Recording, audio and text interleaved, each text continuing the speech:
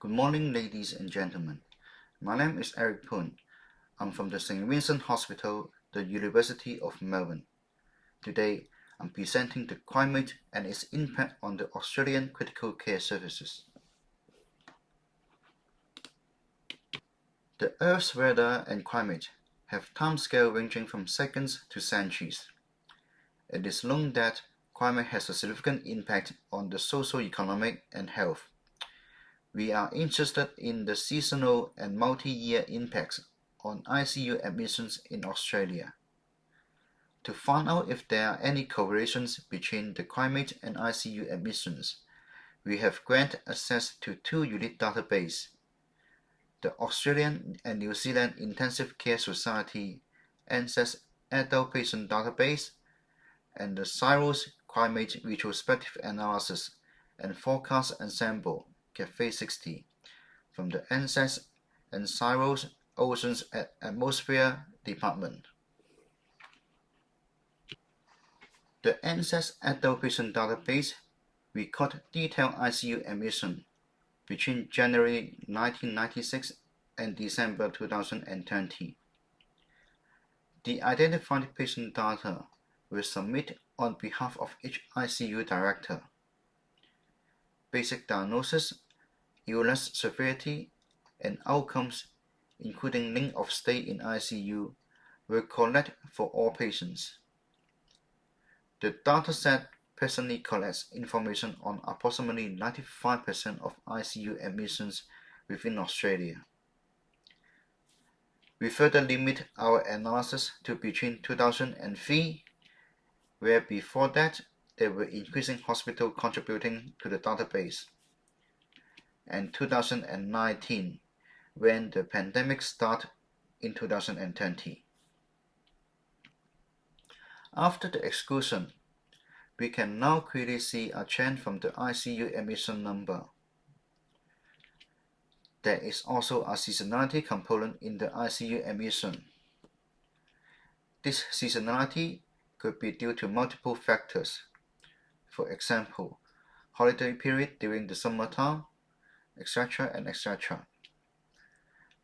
From the ICU admission number, we can then calculate the growth rate.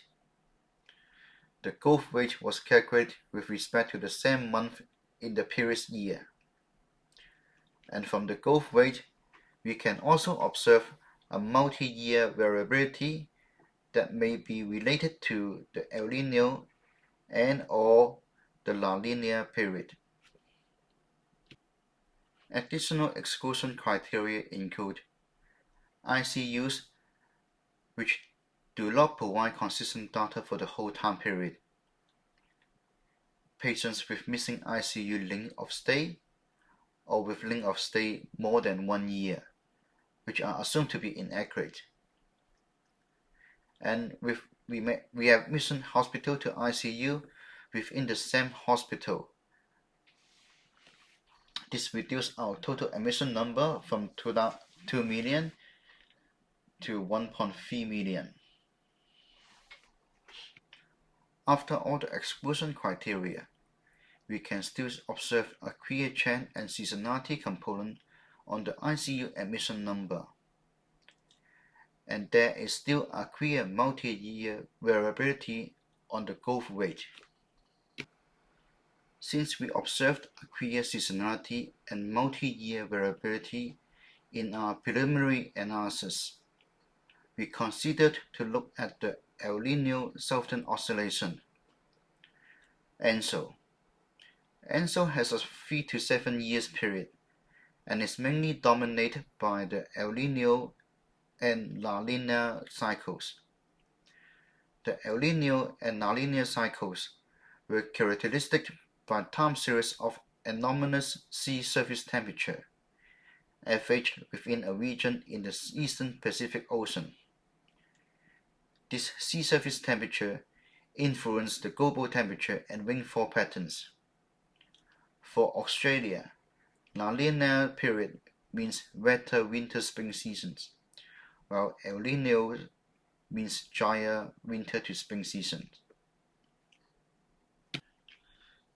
The Cafe 60 is a probabilistic reconstruction of the global climate from the 1960s to the present day. This dataset was generated by the Commonwealth Scientific Industrial Research Organization's Climate Reanalysis and Forecast Ensemble System, comprising of 96 simultaneous numerical simulations of the Earth. Each simulation starts from a slightly different starting point, or initial conditions, to represent our best estimation of the historical climate state and its uncertainty. Data assimilation was adopted to update or correct these simulations based on a comprehensive network of real-world ocean, atmosphere, and sea ice observations. The Cafe 60 contained the largest ensemble of Earths as compared to any other dataset currently available, such as the Japanese 55-year reanalysis and the Hadley Center Sea Ice and Sea Surface Temperature dataset. We calculate the phase and the magnitude of the ENSO from the Cafe dataset using the linear phi index. This index was defined as the monthly anomalies of the sea surface temperature, spatially averaged over the tropical region in the eastern Pacific, from 5 degrees south to 5 degrees north, and 150 degrees west to 90 degrees west, and was represented by the red rectangle in the figure.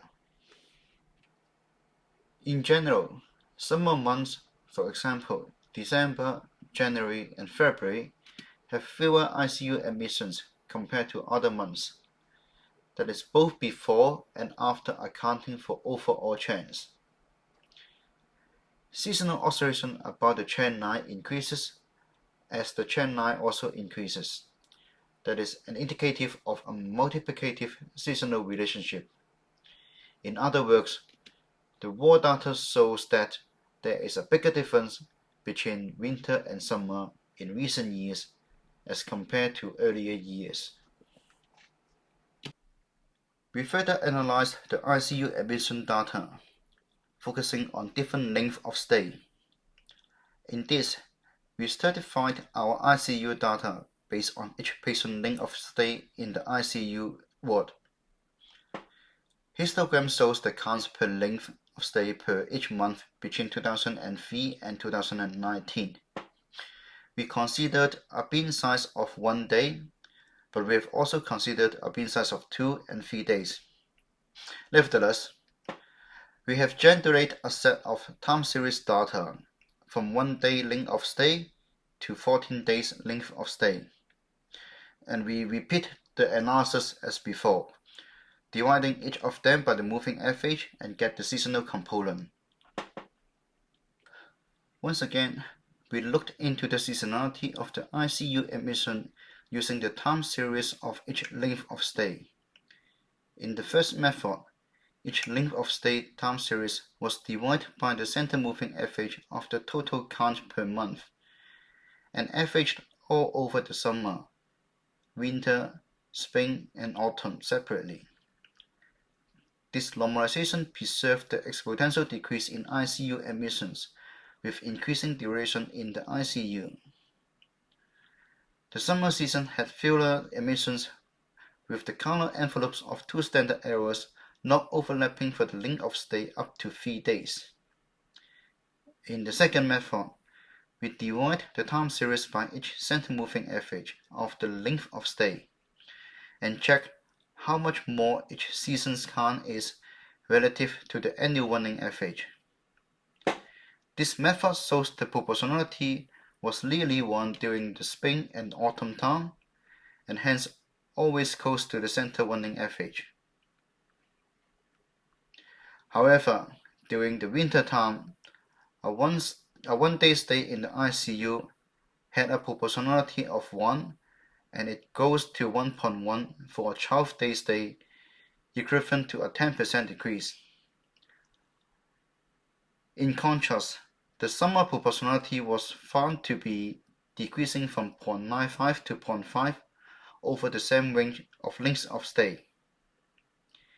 In brief, not only there are more admissions in the winter, there are also a greater proportion of the longer length of stay in the ICU and a bigger difference between the summer and winter for longer length of stay. For multi-year variability, we divide the time series data for each length of stay by their total count and get the probability density function. After that, we generate a new time series data per bin and calculate the 12-month center moving average. Like before, we calculate the growth rate from the Dechant PDF for the length of stay equal to 1 day, 2 days, 3 days, etc. and etc. In this line, we showed the correlation between the linear fee index and the growth rate of the ICU admissions. The dashed black line represents the correlation between the linear fee and the growth rate of the raw ICU admissions. For lengths of stay shorter than 3 days, linear fee was positively correlated with the trend growth rate. On the other hand, the correlations were negative for all lengths of stay between 5 to 12 days. This indicates that, as compared to previous year, there was a tendency for more shorter lengths of stay during the hotter and the drier El Niño periods, which is a multi-year summer, and more longer stay during the cooler, wetter La Niña periods, which is considered as the multi-year winter. We also quantified the magnitude of the difference in the growth rate between the phase of the answers. Growth rates were grouped together for the length of stay with positive correlations and negative correlations, that is, from 1 to 3 days and 4 to 12 days respectively. Across these two ranges, average growth rates were calculated across only moderate and stronger El Niño months, represented in red, as well as moderate and stronger La Niña months, represented in blue. The average increase in the number of admissions with shorter lengths of stay were greater during El Niño month, and longer during La Niña month, similar to the previous correlation results. The difference in the mean growth rate between this phase of answer was larger for the 4 to 12 days range as compared to the 1 to 2 days range. The growth rates were also larger than the annual population growth rate of Australia over the analyzed period. In conclusion, we have developed a method to analyze ICU admission data against climate variability. While various Dechant methods, we have robustly demonstrated as length of stay in the ICU increase, presumed to be more vulnerable people, the distinction between the seasons become more pronounced, with the number of longer lengths of stay increasing in the winter and decreasing in the summer. Consistently, La Niña, which is colder and more humid, has longer length of stay than El Niño period, which is hotter and drier. Thank you very much for your attention. If you have any questions, please let me know. Last but not least, here is a slide summarizing the sensitivity of the multi-year relationship to different climate dataset